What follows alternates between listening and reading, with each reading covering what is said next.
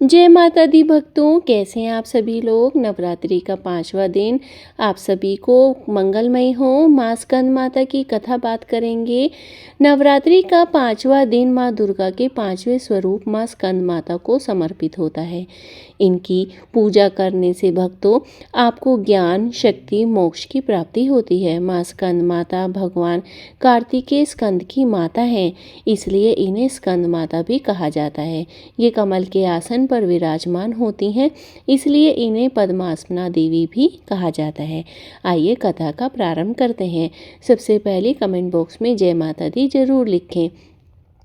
प्राचीन समय की बात है, जब तारकासुर नामक राक्षस ने कठोर तपस्या करके भगवान ब्रह्मा से वरदान प्राप्त किया कि उसे केवल भगवान शिव के पुत्र ही मार सकते हैं। इस वरदान के कारण तारकासुर अत्यंत शक्तिशाली हो गया। उसने तीनों लोकों में आतंक मचा दिया। देवता, ऋषि, मुनि सभी उससे परेशान हो गए। देवताओं ने भगवान शिव से प्रार्थना की कि वे विवाह करें और एक पुत्र उत्पन्न करें जो तारकासुर का वध कर सके।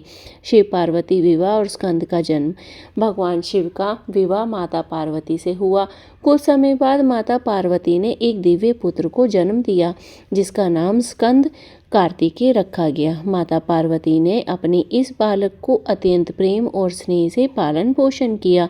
जब भी माता स्कंद को गोद में लेकर बैठती थी, उनका अत्यंत दिव्य और शांत दिखाई देता था स्वरूप। तभी से वे स्कंद माता के रूप में जाने लगी।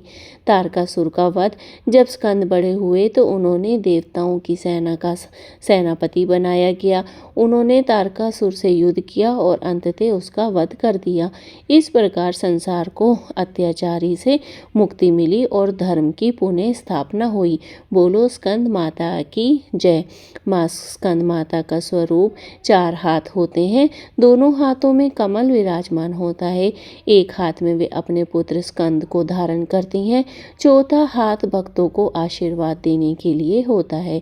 उनका वाहन सिंह है। वे कमल के फूल पर विराजमान रहती हैं। माँ स्कंद माता की पूजा करने से सभी भक्तों को मन की शांति प्राप्त होती है, बुद्धि ज्ञान में वृद्धि होती है, जीवन के सभी कष्ट दूर होते हैं, स्थान सुख की प्राप्ति होती है। जो भक्त सच्चे मन से माँ की आराधना करते हैं, उनकी सभी मनोकामनाएं पूर्ण होती हैं। भोग और विधि की भी आपको पूरा ध्यान रखना होगा भक्तों। माँ को केले का भोग अत्यंत प्रिय है। पीले फूल अर्पित करें। ओम देवी स्कंद माताए नमः मंत्र का जाप करें। एक बार मंत्र फिर से बोल देती हूँ, ओम देवी स्कंद माताए नमः। इस प्रकार माँ स्कंद माता की कृपा से भक्तों के जीवन और सुख शांति और समृद्धि से भर जाता है। भक्तों, स्कंद माता के भोग के विषय में भी एक मान्यता है कि स्कंद माता को किस चीज़ का भोग प्रिय है। खास तौर पर सात्विक और सरल भोग बहुत प्रिय होता है, लेकिन आपके एक भोग और उपाय से माँ स्कंद माता आपसे बहुत जल्द ही प्रसन्न हो सकती हैं। इस भोग का नाम है केला। खास तौर पर केला चढ़ाना सबसे शुभ माना जाता है। केला स्कंद माता का सबसे प्रिय भोग है। मान्यता है इसे चढ़ाने से स्वास्थ्य और संतान सुख की प्राप्ति होती है, पुत्र की प्राप्ति होती है। अन्य जो भोग आप लगा सकते हैं वो रहेगा खीर, पंचामृत, दूध, घी, शहद, शक्कर, हलवा, सूजी या आटे का, मिश्री या शक्कर, ताजे फल, खासकर पीले रंग के आप स्कंद माता को लगा सकते हैं। कैसे भोग लगाना है? पहले माँ की पूजा करें, साफ बर्तन में भोग रखें और देवी स्कंद माताए नमः मंत्र का जाप करें। भोग अर्पित करते कुछ समय बाद प्रसाद रूप में बांटें। भोग सात्विक और बिना लहसुन प्याज का होना चाहिए। पूरी श्रद्धा और साफ मन से भोग अर्पित करें।